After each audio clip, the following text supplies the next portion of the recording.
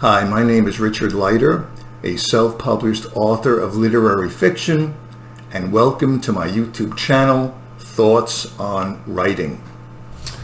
Okay, today I'm going to read to you a journal entry which I wrote on February 9th, 2023 concerning Leo Tolstoy's The Death of Ivan Ilyich. I must be feeling my age.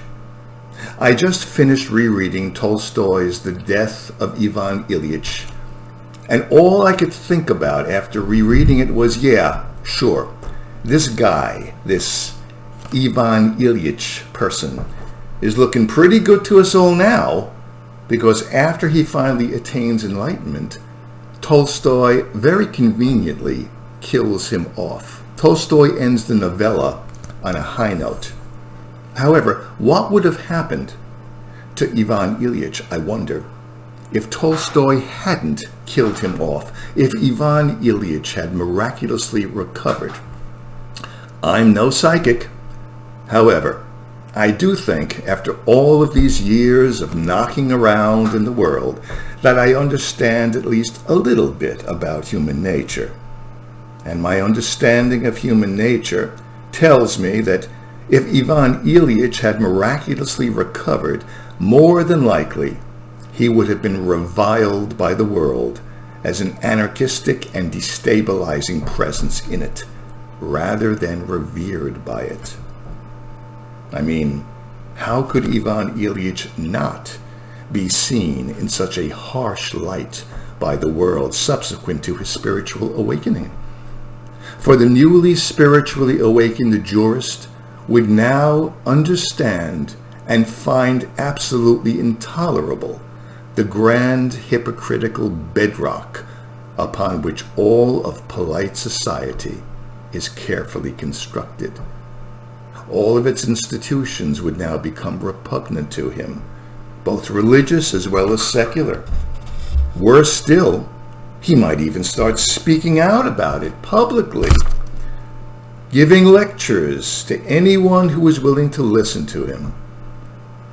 In a way, Ivan Ilyich would become analogous to a kind of 19th century Russian Timothy Leary, a crackpot mystic, a marginalized crackpot mystic, only whose mind-altering psychedelic drug is not LSD, but rather suffering, extreme suffering. Also, at the same time that Ivan Ilyich's suffering is a mind-altering, deconstructive, hypocrisy-shattering kind of suffering, it is also a highly idealized kind of suffering too, with heavy, heavy religious overtones to it. Think about it. Man is blind. Man suffers. Man continues to suffer until he finally repents of his wicked ways. And then, because he has finally repented of his wicked ways, he sees the light and is blind no more. So I can't decide, reading this thing, whether it's really an overpowering, pitiless deconstruction of the shallow life of a conventional person, or whether it's just a thinly veiled religious sermon as delivered from the perspective of a literary giant. One thing is for certain, however. Ivan Ilyich, had he recovered, would never again have risen to any position of power and influence in the world.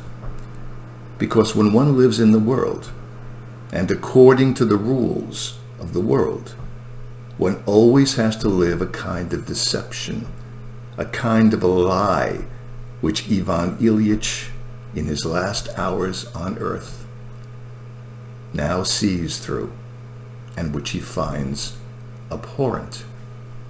Tolstoy puts it this way: he lay on his back and began to pass his life in review in quite a new way. In the morning, when he saw first his footman, then his wife, then his daughter, and then the doctor, their every word and movement confirmed to him the awful truth that had been revealed to him during the night. In them, he saw himself, all that for which he had lived, and saw clearly that it was not real at all, but a terrible and huge deception which had hidden both life and death. I basically said in my review of Henry Miller's Tropic of Cancer that although it's good in certain parts, I kind of think that it's overrated. However, The Death of Ivan Ilyich by Leo Tolstoy is definitely not overrated.